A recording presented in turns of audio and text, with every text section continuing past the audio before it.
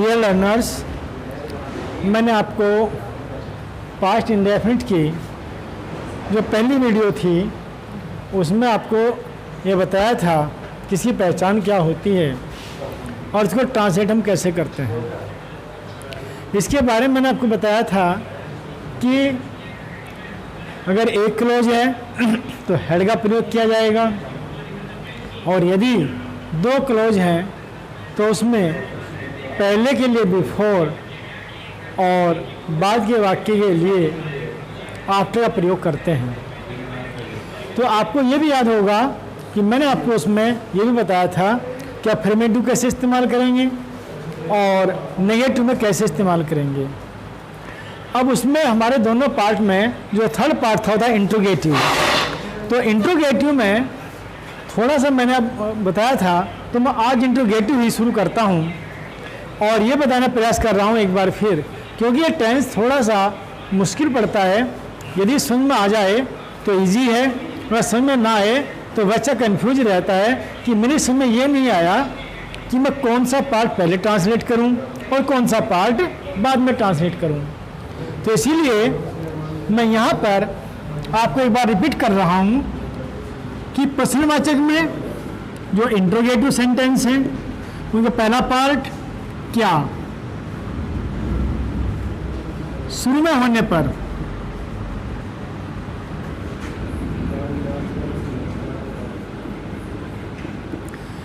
अब इसमें आपकी बात ध्यान रखनी होगी। अगर ये सिंपल मान लीजिए एक ही क्लोज है,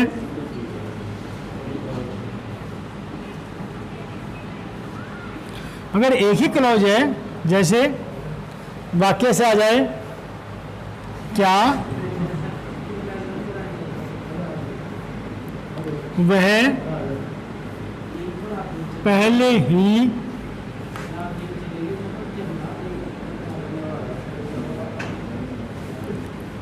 घर जा चुका था। तो आपको इस बात का पता है कि इस वाक्य में क्या शब्द शुरू में आया है। तो ऐसी स्थिति में आपको ध्यान रखना है कि यहाँ पर पहले शब्द है लेकिन पहले ना भी हो तो इसमें had plus subject plus note का प्रयोग अगर है तो लगेगा, प्लस वर्ब की थर्ड फॉर्म प्लस जो ऑब्जेक्ट है वो प्रयोग होगा और कुछ मार्क लगेगा। तो क्या के लिए पहले लग चुका हमारा हैड, सब्जेक्ट क्या है वह, तो हैड ही। अब आप इसमें पहले के लिए अगर अनुवाद ऑलरेडी लगाते हैं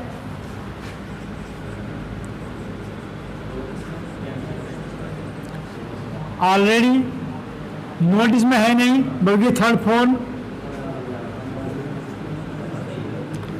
कहाँ जा चुका घर, तो had he already gone home. और अगर बिफोर का यूज कर रहे हैं आप तो हैड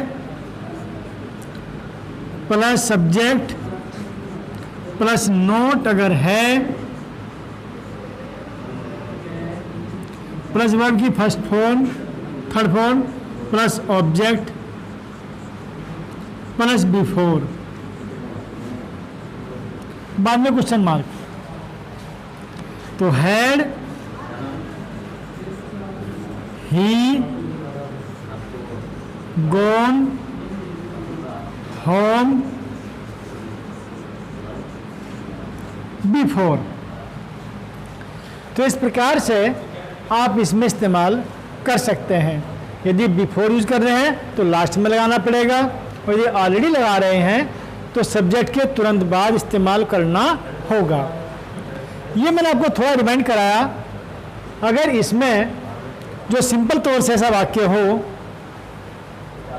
अगर इसमें सिंपल की बजाय दो क्लोज हो, यदि सिंपल के बजाय नंबर 2 में दो क्लोज हों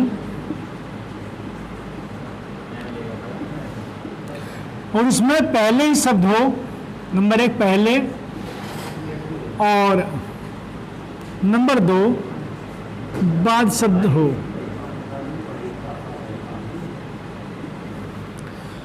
तो जो पहले शब्द दिया हुआ होगा तो उसमें आप ध्यान रखें, सबसे पहले हेड लगेगा, फिर हमारे पास सब्जेक्ट आएगा, नोट अगर है तो इसके बाद लगेगा, वर्ब की थर्ड फॉर्म प्लस जो ऑब्जेक्ट है उसे जुड़ा हुआ वो आएगा, प्लस बिफोर और प्लस सब्जेक्ट, वर्ब की सेकंड फॉर्म और जो ऑब्जेक्ट है वो काउंट होगा, बाद में क्वेश्चन मार्क लगेगा। जैसे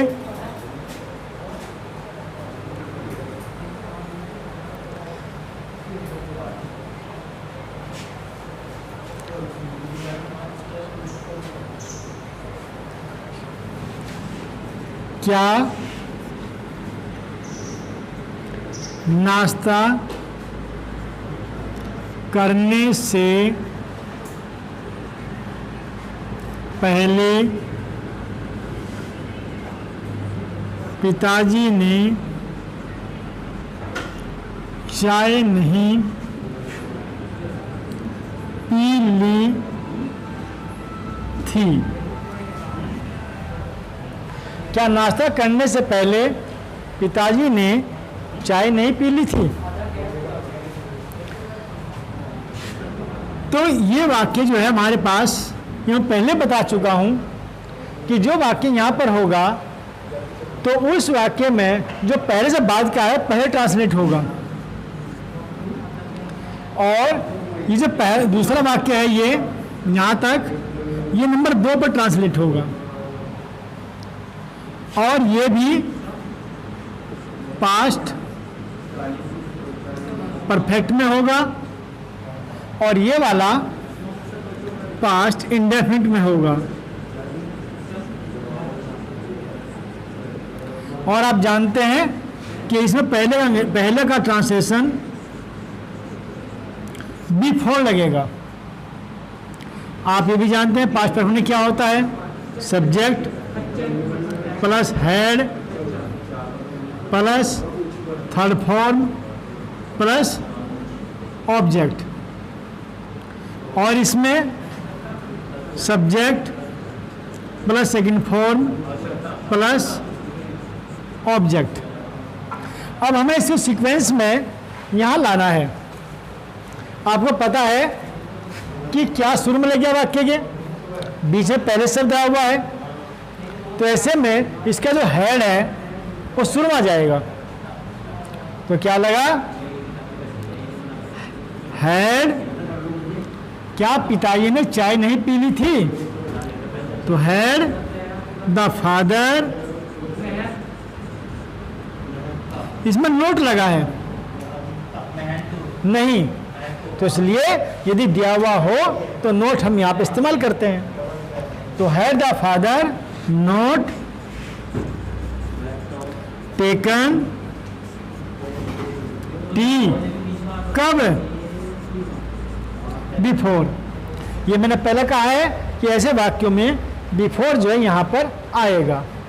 तो before he took the breakfast, तो ये सेकंड फॉर्म में इस्तेमाल किया गया है। तो ऐसे ही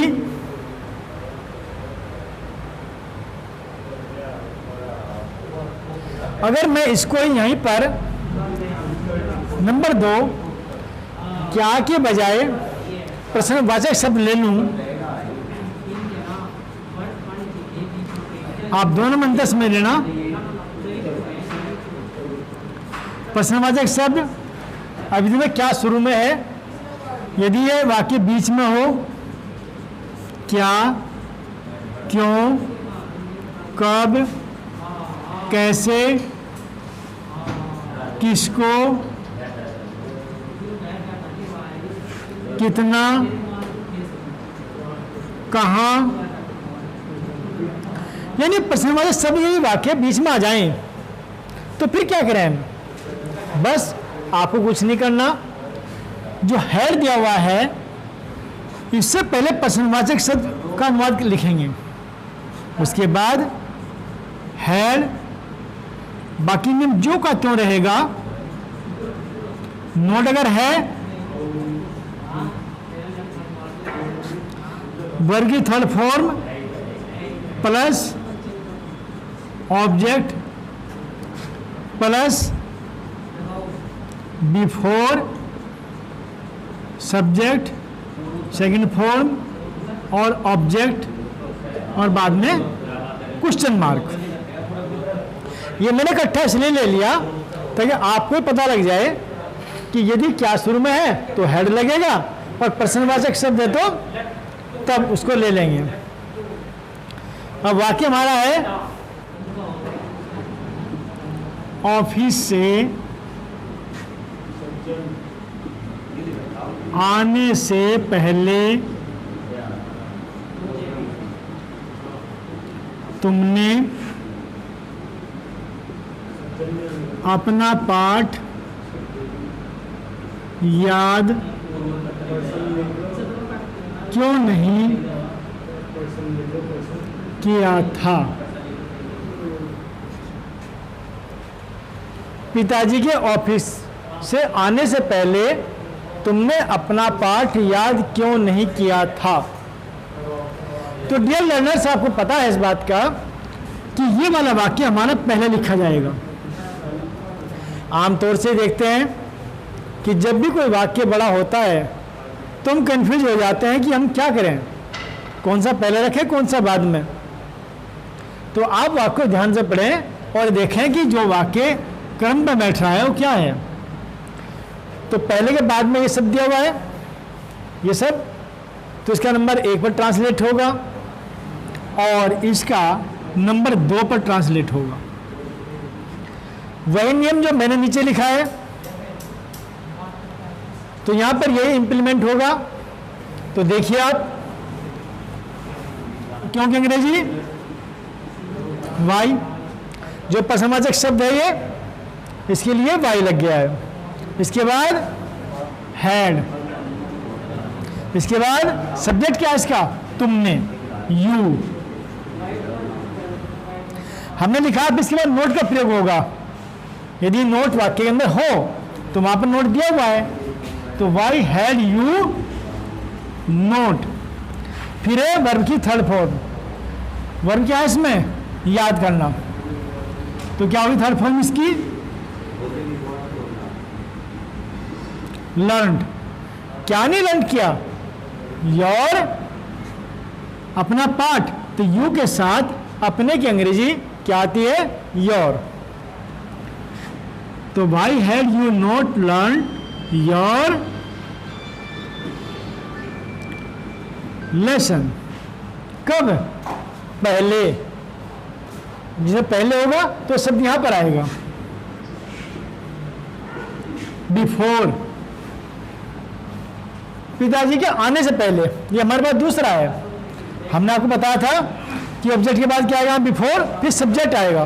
तो सब्जेक्ट कौन है, फादर।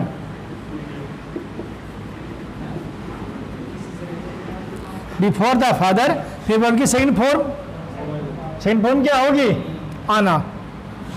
आने क्या होगी, came. Before the father came, कहां से, ऑफिस से। तो फ्रॉम द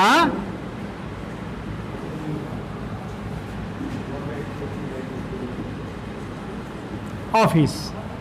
तो why had you not learn your lesson before the father came from the office. जब कोई किसी स्थान की दूरी से हम स्कूल से आते हैं तो फ्रॉम आएगा उसके लिए, और स्कूल से आ रहे हैं, ऑफिस से आ रहे हैं, बाजार से आ रहे हैं, तो ऐसे में फ्रॉम का प्रयोग किया जाएगा। तो हमारे पास में कितने बड़ा वाक्य क्यों ना हो, हम उसे आसानी से कर सकते हैं। जैसे कि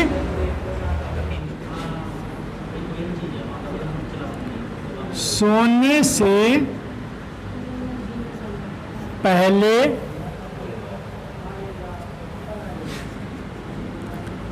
अमित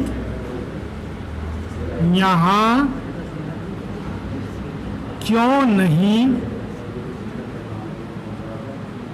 आया था? तुम्हारे सोने से पहले अमित यहाँ क्यों नहीं आया था? ये वाकई सेम वही है, बस इसमें अंतर क्या है, तुमने अपना पाठ याद क्यों नहीं किया था, अमित यहाँ क्यों नहीं आया था। तो ये आ गया हमारे पास नंबर 1 पर।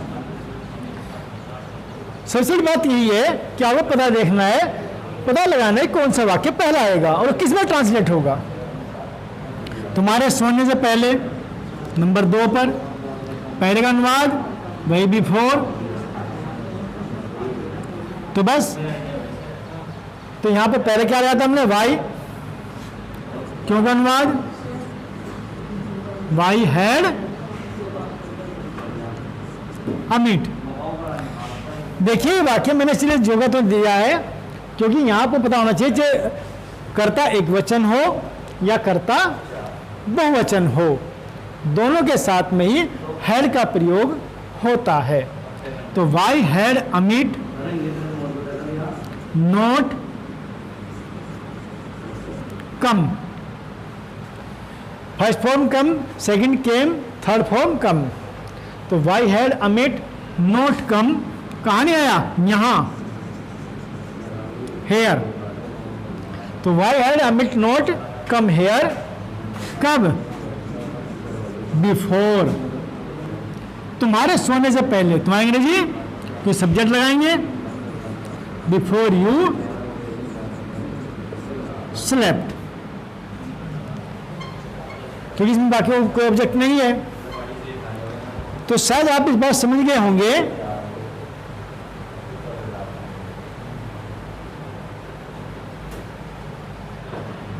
कि हम किस प्रकार से इसको ट्रांसलेट करेंगे।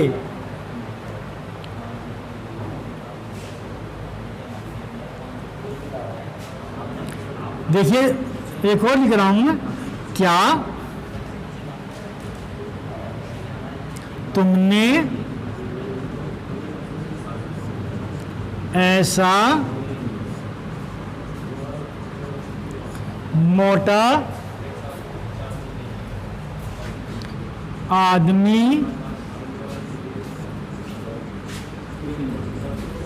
पहले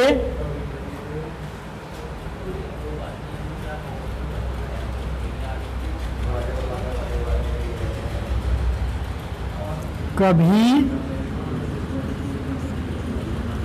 नहीं देखा था?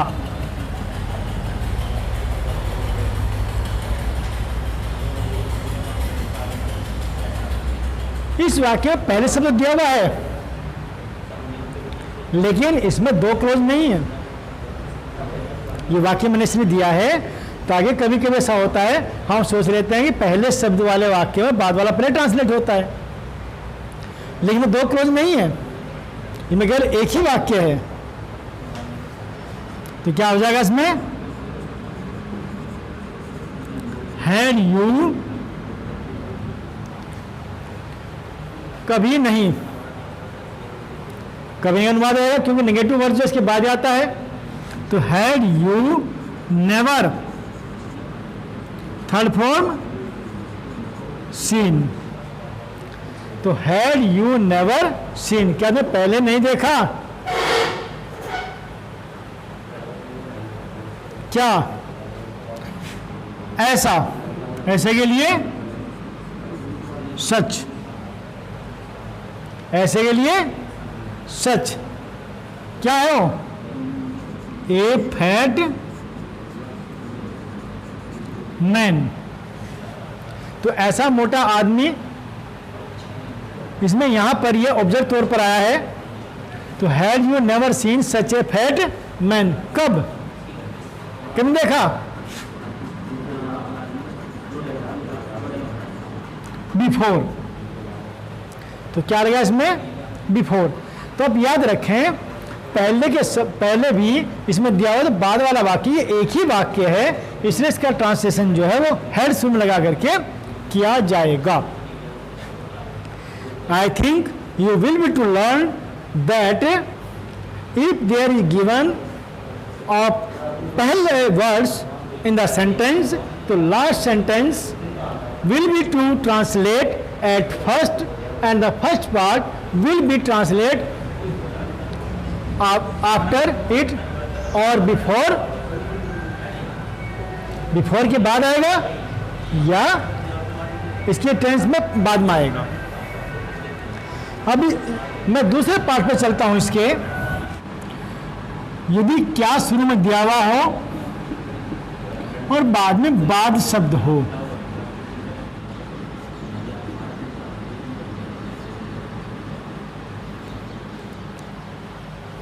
ऐसे वाक्य में देखिए आप, क्या डॉक्टर के जाने के बाद मरीज मर गया था?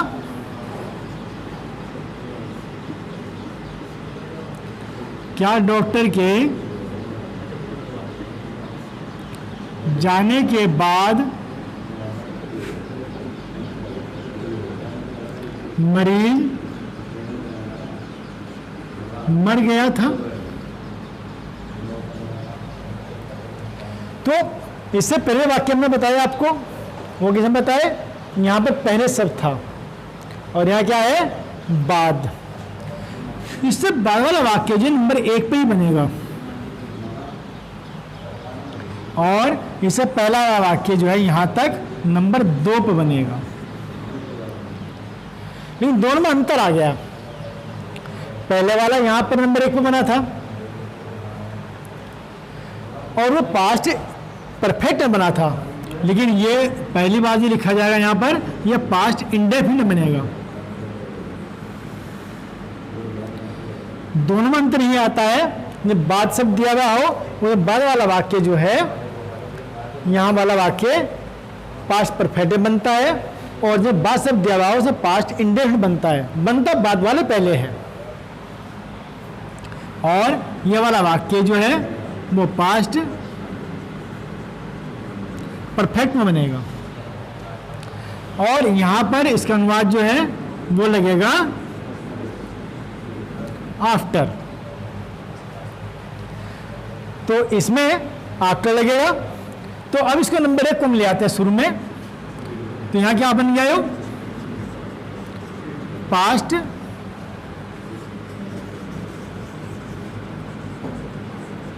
Indefinite plus after plus past perfect. अब हम इसमें क्या शब्द दिया हुआ है तो इसी का जो नियम लागू होगा। आपको पता है कि पास्ट इंडेफिनिट में जो पहले पढ़ा चुका हूं, यदि क्या शुरू में दिया हुआ हो तो क्या लगता है? शुरू में डिड आता है। क्या आएगा? यहां पर डिड आएगा। डिड के बाद सब्जेक्ट। और आपकी याद होगा जब डिड लग जाता है ना किसी वाक्य में तो वहां पर निश्चित रूप से उसके बाद वर्ब की फर्स्ट फॉर्म आती है। तो यहां पर वर्ब की फर्स्ट फॉर्म प्लस ऑब्जेक्ट, यहां पर फिर आफ्टर,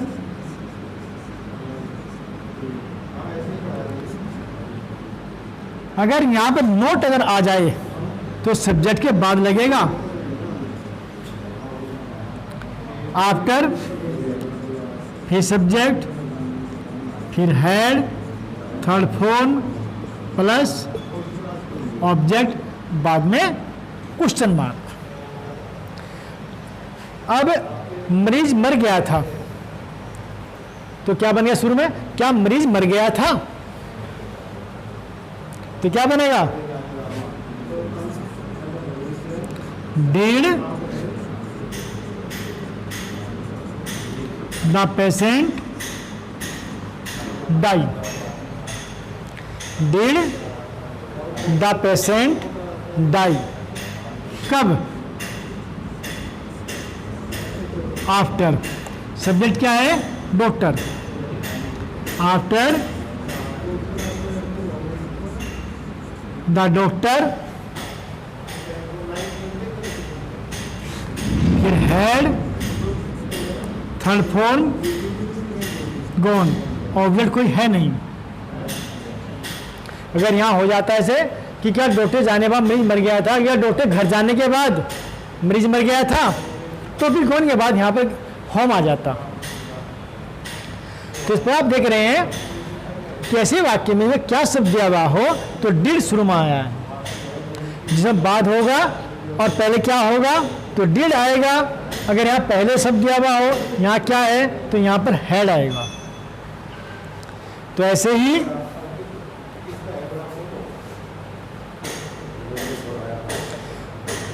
क्या सूर्य के छिपने से बाद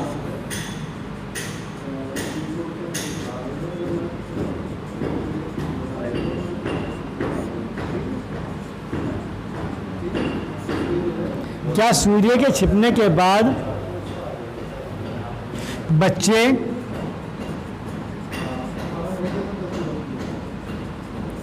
घर नहीं लौटे थे? आप भी बहुत देख रहे होंगे कि किसी बाद में तो है या था, अब लौटे ए थे, तीन शब्द आ गया इसमें। तो यहां पर क्या बच्चे घर नहीं लौटे थे नंबर 1 पर, सूर्य छिपने के बाद नंबर 2 पर, और ये ऊपर लिखा हुआ पहले नंबर 1 पर क्या है पास्ट इंडेफिनिट, और नंबर 2 पर क्या है पास्ट परफेक्ट। वही नियम इंप्लीमेंट जो हमने भी आपको बताया था, जो ये लिखा हुआ है। तो डिड द चिल्ड्रन, ये आ गया। नोट फर्स्ट फॉर्म रिटर्न,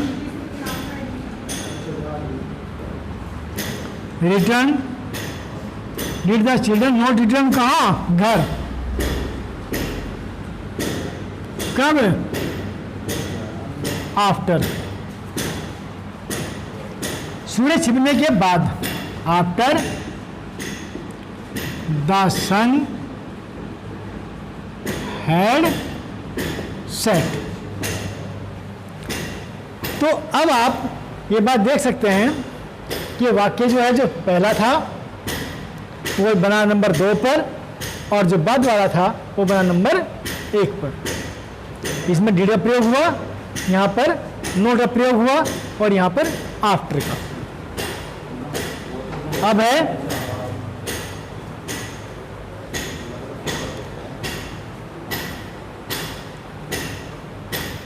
वर्षा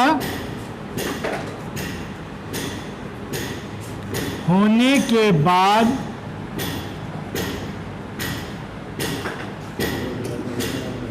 किसानों ने अपने खेत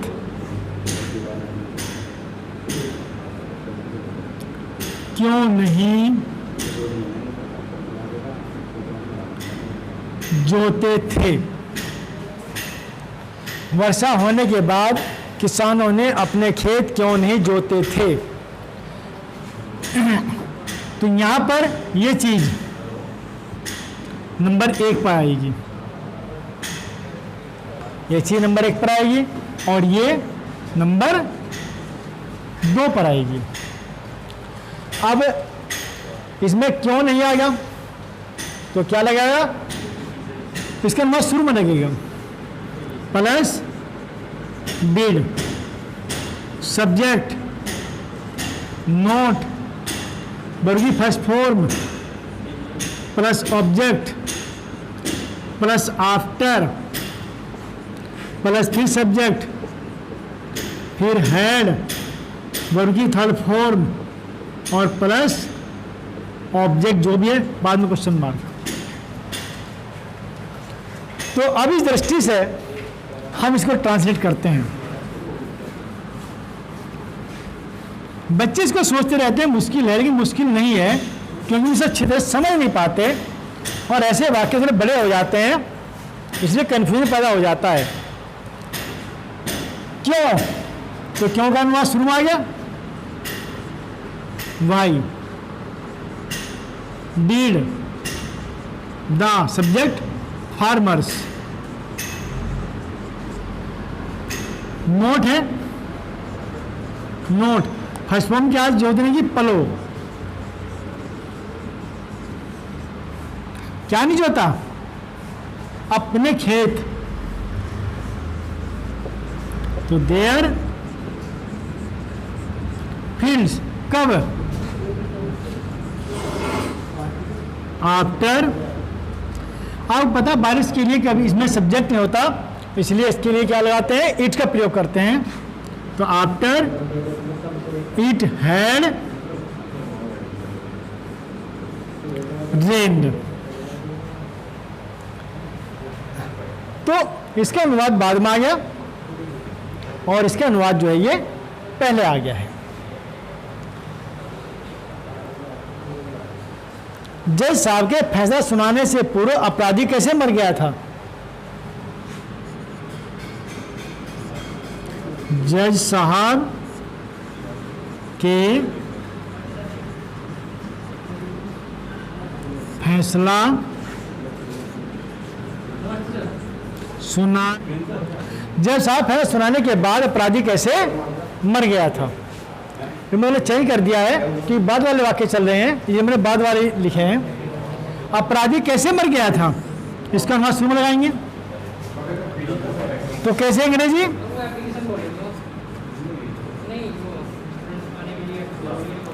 how did, how did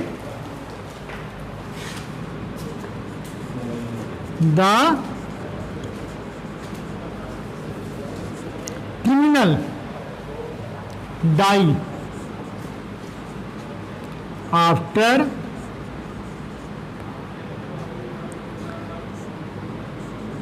the judge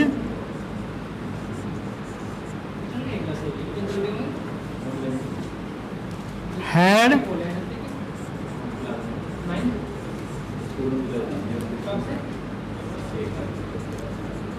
declared the judgment. So how did the criminal die after the judge had declared the judgment? तो डियर लर्नर्स, सबसे पहले आपको वाक्य थोड़ा सा समझ लीजिए और उसके बाद अगर आप ट्रांसलेट करेंगे तो बहुत आसान होगा। जैसे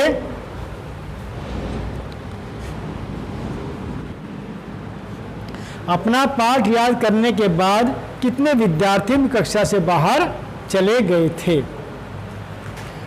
तो बस इसमें वही बात है कि बात शब्द दिया हुआ है और वर्ड कितने शब्द आ गया इसमें, तो अब पता है सारा पहले ट्रांसलेट होगा नंबर 1 पर और ये होगा नंबर 2 पर। तो मैं इसको ही ऊपर लिख रहा हूं,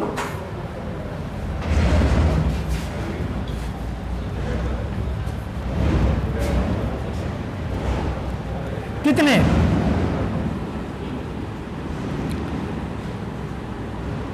how many students, how many students. अब आपको पता है इसमें क्या लगेगा, डिड लगेगा। हाउ मैनी स्टूडेंट्स डिड यहां पर आया क्योंकि ये वाला वाक्य हमारे पास पहले आएगा। तो how many students did go out from their classroom after they had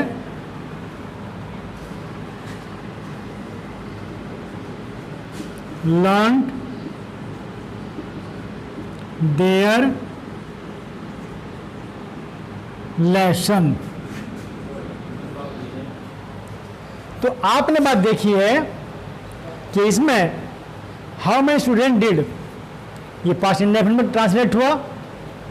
go out, जहां पर भी हाउ मैनी हाउ मच का प्रयोग किया जाएगा उसके बाद नाउन साथ लगेगा और हेल्पिंग वर्ड्स के बाद आएगी। तो how many students did go out from their classroom after they had learn their lesson. तो इस प्रकार से आज मैंने आपको पास्ट परफेक्ट की कुछ पिछले में रिवाइज और कुछ आगे का, ये टेंस आज अप हो गया है। यदि इसमें किसी को कोई समस्या हो तो आप मुझसे डिस्कस कर सकते हैं। मैं आपकी समस्या को सुलझाने का या आपके डाउट्स क्लियर करने का भरसक प्रयास करूंगा। तब तक के लिए बी हैप्पी।